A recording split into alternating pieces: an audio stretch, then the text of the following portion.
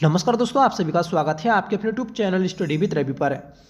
दोस्तों, आज की इस क्लास में हम हिंदी का दूसरा प्रैक्टिस सेट करने जा रहे हैं, जिसमें सभी क्वेश्चंस इंपॉर्टेंट और सिलेक्टेड हैं।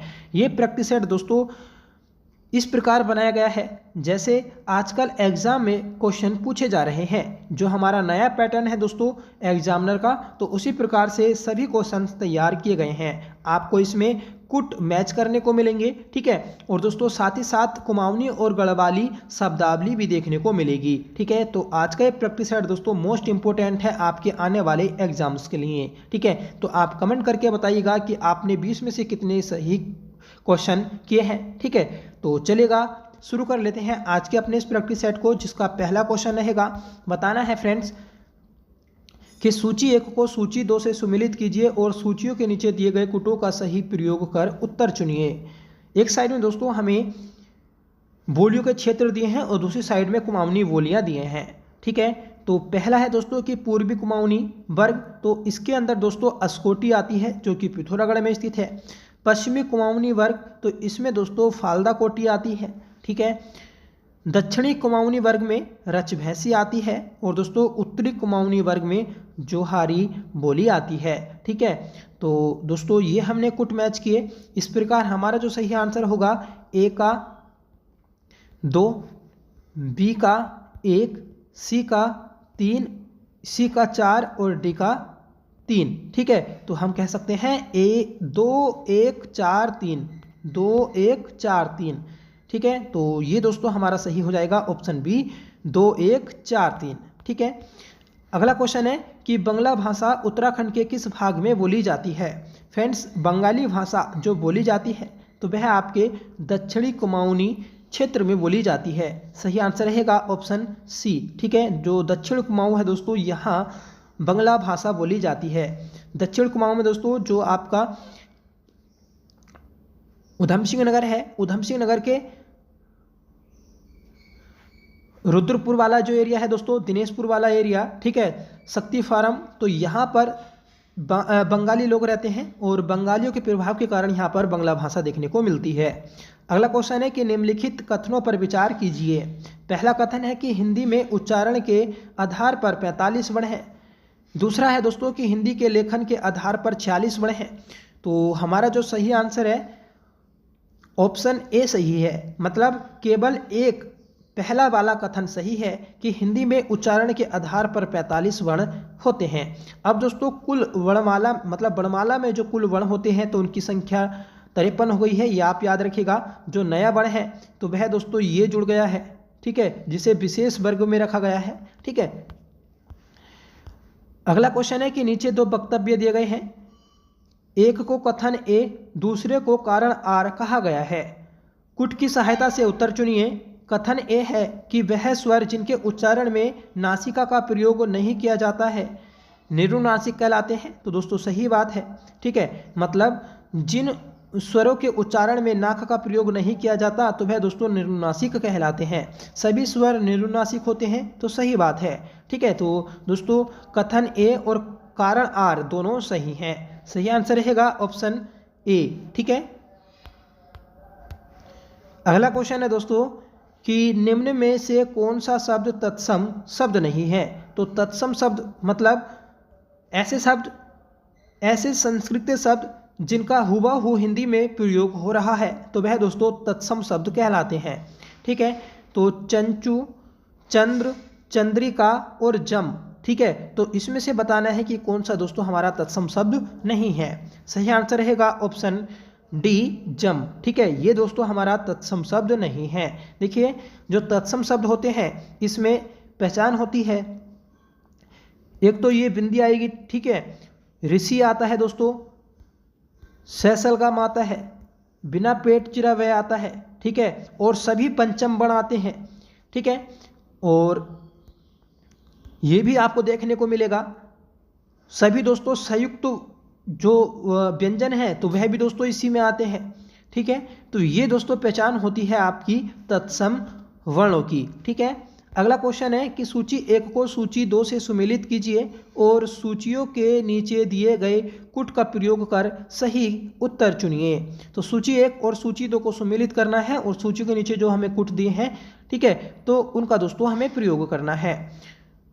तो सही जो रहेगा करके देख लेते हैं कि टिकट घर दोस्तों इसमें बताना है कि जो टिकट है तो यह दोस्तों अंग्रेजी का वर्ण है, घर जो है तो यह दोस्तों हिंदी का वर्ण है। तो इस प्रकार हमारा पहला जो मैच होगा 2 से मैच हो जाएगा, ठीक है, अंग्रेजी और हिंदी, ठीक है।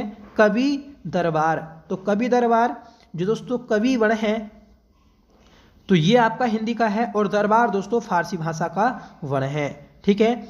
सीलबंद, सील जो होती है दोस्तों अंग्रेजी का शब्द है और बंद जो है दोस्तों ये आपका फारसी भाषा का शब्द है।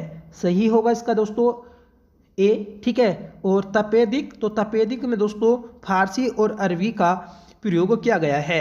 तो इस प्रकार हमारा जो सही आंसर होगा वो हो जाएगा दोस्तों 2 3 1 4, ठीक है, 2 3 1 4, 2 3 1 4, ठीक है। तो ऑप्शन बी राइट हो जाएगा, ठीक है। फ्रेंड्स, अगर आपको प्रैक्टिस सेट अच्छा लगे तो प्लीज़ लाइक करिएगा, दोस्तों में शेयर करिएगा और चैनल पर आप पहली बार विजिट कर रहे हैं तो प्लीज़ चैनल को सब्सक्राइब जरूर कर लीजिएगा, आपसे रिक्वेस्ट है। अगला क्वेश्चन है कि निम्न में से कौन आशीर्वाद शब्द का पर्यायवाची शब्द है। तो हमें इन 4 में से छांटने हैं कि कौन कौन से आशीर्वाद शब्द के पर्यायवाची हैं। और सबसे पहले आप दोस्तों इसकी शुद्ध वर्तनी देखिएगा, क्योंकि आशीर्वाद की शुद्ध वर्तनी सबसे ज़्यादा परीक्षा में पूछी जाती है। देखिए, वरदान, प्रसाद और संरक्षण, ये तीनों दोस्तों आपके आशीर्वाद शब्द के पर्यायवाची हैं। तो सही आंसर जो रहेगा हमारा ऑप्शन ए सही हो जाएगा, ठीक है। पहला, दूसरा और तीसरा शब्द दोस्तों आशीर्वाद का पर्यायवाची है, ठीक है। अगला क्वेश्चन है कि निम्नलिखित विलोम शब्दों में कौन सा युग्म गलत है। तो विलोम शब्द हमें छांटने हैं और उसमें से गलत युग्म का चयन करना है। मेहमान और मेजबान, ठीक है, तो मेहमान का विलोम होता है मेजबान।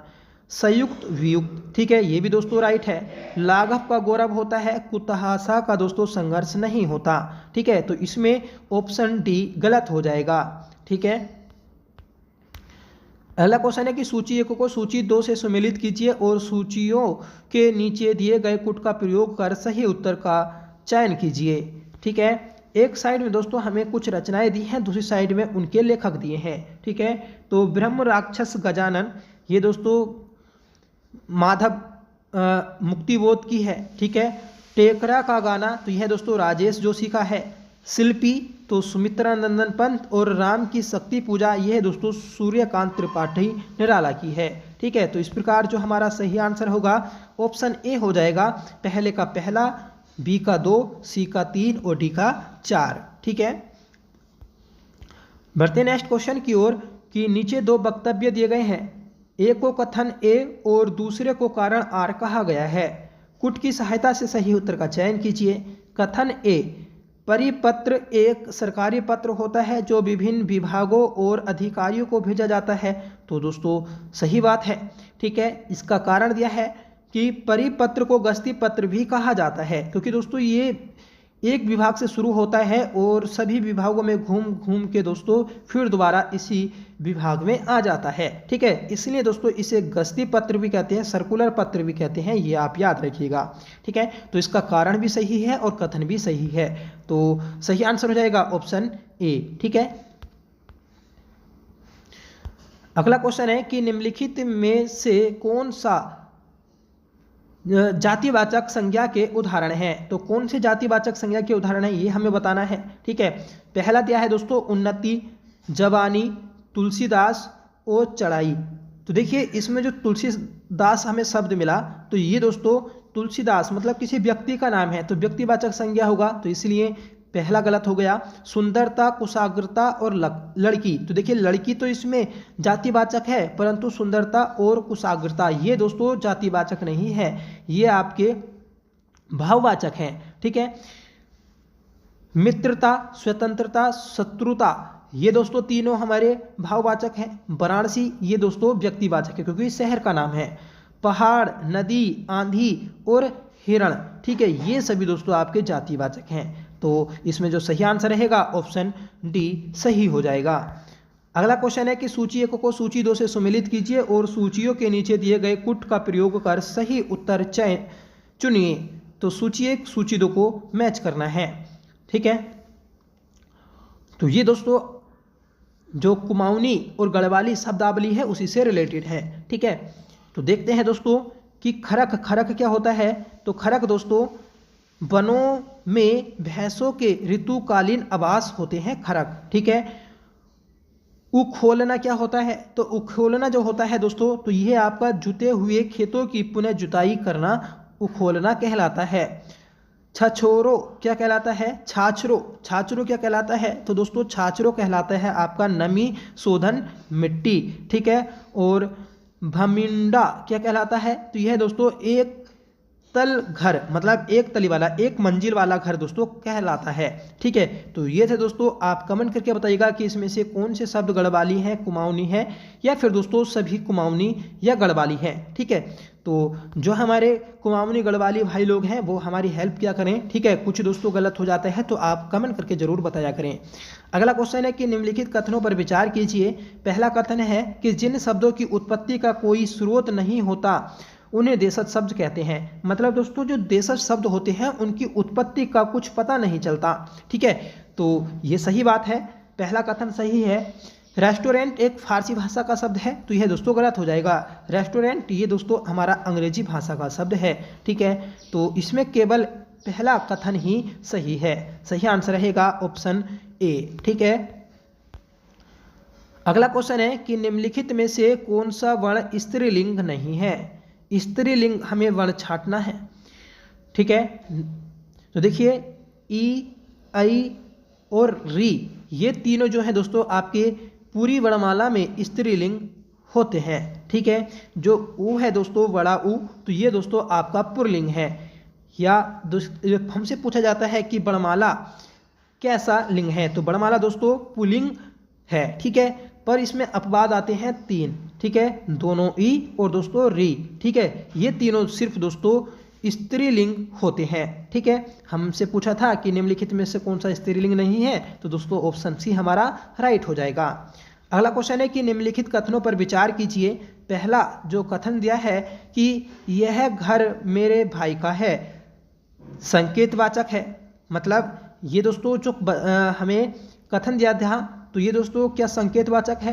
तो सही बात है कि यह मकान मेरे भाई का है, संकेत किया जा रहा है। ठीक है, दूसरा है कि लिपि चिन्हों समूह, लिपि चिन्हों समूह को वर्णमाला कहलाती है। तो सही बात है, मतलब जो लिपि चिन्ह होते हैं तो उनके समूह को दोस्तों वर्णमाला कहते हैं। ठीक है, तो ये भी दोस्तों सही है। वर्णमाला दोस्तों व्यवस्थित समूह होता है वर्णों का। तो इसमें जो सही आंसर हो जाएगा दोस्तों हमारा ऑप्शन सी हो जाएगा कि पहला और दूसरा दोनों कथन सही हैं। अगला क्वेश्चन है कि सूची 1 को सूची 2 से सुमेलित कीजिए और सूचियों के नीचे दिए गए कुट का प्रयोग कर सही उत्तर चुनिए। सूची 1 और सूची 2 को सुमेलित करना है। पहली सूची में दोस्तों हमें अनेक शब्द दिए हैं और सूची 2 में एक शब्द दिए हैं और इन्हें हमें दोस्तों मैच करना है। जो सब कुछ जानता है तो उसे दोस्तों सर्वज्ञ कहते हैं, जो कम जानता है उसे अल्पज्ञ कहते हैं। ठीक है, जिसका ज्ञान इंद्रियों को ना हो तो उसे दोस्तों अगोचर कहते हैं। ठीक है, आगे का विचार रखने वाला तो ये दोस्तों अग्रसूची कहलाता है। इंद्रियों को जीतने वाला क्या कहलाता है, तो यह दोस्तों जितेंद्रिय कहलाता है। ठीक है, तो इस प्रकार से दोस्तों हमारा जो सही कुट रहेंगे तो वह 2, 4, 1, 3 रहेगा। ठीक है, 24, 13। ठीक है, तो सही आंसर रहेगा ऑप्शन बी 24, 13। बढ़ते हैं नेक्स्ट क्वेश्चन की ओर। बताना है हमें कि कुमाऊं और गढ़वाल में पारंपरिक रूप से बनने वाला भोजन पदार्थ जिसे छाछ और चावल के साथ मिलकर बनाया जाता है क्या कहलाता है। तो ये कहलाता है दोस्तों ऑप्शन बी जौला। ठीक है, जो जौला होता है दोस्तों ये गढ़वाली और कुमाऊनी में एक पारंपरिक भोजन है। ठीक है, खाद्य पदार्थ है। ये जो बनाया जाता है ये दोस्तों छाछ और चावल की सहायता से बनाया जाता है। ठीक है, तो याद रखिएगा। और इसी प्रकार के वर्ण दोस्तों आजकल एग्जाम्स में पूछे जा रहे हैं। अगला क्वेश्चन है कि सूची 1 को सूची 2 से सुमिलित कीजिए और सूचियों के नीचे दिए गए कुट का प्रयोग कर सही उत्तर का चयन कीजिए। देखिए पहली जो सूची है तो उसमें रिलेटिव्स दिए हैं और दूसरे में दोस्तों हमारे उसके कुमाऊनी और गढ़वाली में जो बोलते हैं वह शब्द दिए हैं। तो पिताजी की माता मतलब दादी जी क्या कहलाती हैं दोस्तों? आमा कहलाती हैं। ठीक है, माँ को क्या कहते हैं? ईजा कहते हैं। पति का बड़ा भाई क्या कहलाता है? तो दोस्तों दीजू कहलाता है। और पति की भाभी क्या कहलाती है? तो दोस्तों दीजी कहलाती है। ठीक है, तो इस प्रकार से जो हमारे कुट रहेंगे तो वह 2 1 3 4 रहेंगे। ठीक है, 2 1 3 4। तो सही आंसर हो जाएगा हमारा 2 1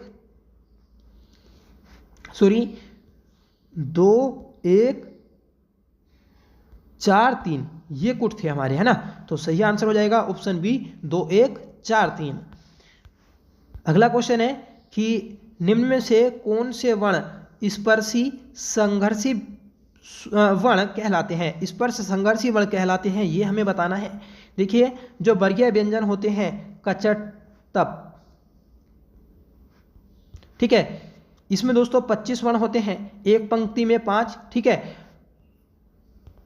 तो इसमें दोस्तों जो च वर्ग के शुरू के 4 वर्ण होते हैं, ठीक है, तो वह आपके या फिर जो शुरू के जो 4 वर्ण होते हैं दोस्तों तो वह आपके स्पर्श संघर्षी व्यंजन कहलाते हैं। ठीक है, तो इस प्रकार च, छ और झ ये तीनों दोस्तों सही रहेंगे। ठीक है, तो सही आंसर हो जाएगा ऑप्शन बी। ठीक है, तो आप याद रखिएगा, इंपॉर्टेंट है। और इसमें वैसे एक और जो आता है तो च, छ, ज और झ, ठीक है, ये 4 वर्ण आते हैं। ठीक है, तो याद रखने आपको, और ये दोस्तों एग्जाम में पूछ लिए जाते हैं। अगला क्वेश्चन है कि विश्व हिंदी दिवस कब मनाया जाता है? तो दोस्तों विश्व हिंदी दिवस कब मनाया जाता है कमेंट करके बताइएगा, क्योंकि जो हमारा राजभाषा दिवस होता है तो वह 14 सितंबर को मनाया जाता है। ठीक है, 14 सितंबर 1949 को दोस्तों हिंदी को राजभाषा का दर्जा दिया गया था संविधान सभा के द्वारा। ठीक है, तो याद रखिएगा। ठीक है, और जो विश्व हिंदी दिवस होता है तो वह दोस्तों हिंदी को बढ़ावा देने के लिए मनाया जाता है, आप सभी जानते हैं। ठीक है, और हिंदी को बढ़ावा देने के लिए दोस्तों अनुच्छेद 351 में उल्लेख किया गया है। ठीक है, तो आप याद रखिएगा कि हिंदी को जो बढ़ावा दिया जाता है वह किस अनुच्छेद के तहत दिया जाता है? तो अनुच्छेद 351 के तहत। ठीक है, और इसी के लिए दोस्तों हमारे विश्व हिंदी सम्मेलन भी होते हैं। ठीक है, जो लेटेस्ट हुआ था तो वह दोस्तों आपका फिजी के नाड़ी शहर में हुआ था, और जो नेक्स्ट होने वाला है, ठीक है, तो वह दोस्तों आपका इंडोनेशिया के बाली द्वीप पर होगा। ठीक है, तो हमारे 20वें क्वेश्चन का सही आंसर क्या रहेगा आप कमेंट करके बताइएगा। ठीक है, और आपको ये प्रैक्टिस सेट कैसा लगा ये जरूर बताइएगा, क्योंकि दोस्तों हमने सभी क्वेश्चन एग्जाम के नए पैटर्न के आधार पर ही किए हैं। ठीक है, जैसे आजकल एग्जाम में पूछे जा रहे हैं। अगर दोस्तों आप सहयोग करेंगे तो आगे इसे जारी रखेंगे, क्योंकि दोस्तों जो पिछली क्लास थी उस पर कोई भी अच्छा रिस्पॉन्स नहीं आया है। हमारे चैनल पर दोस्तों 30,000 लोग जुड़े हैं। ठीक है, और जो क्लास देखी वो सिर्फ दोस्तों 1,000 प्लस लोगों ने ही देखी है, तो ये दोस्तों सिर्फ 3% ही हुआ।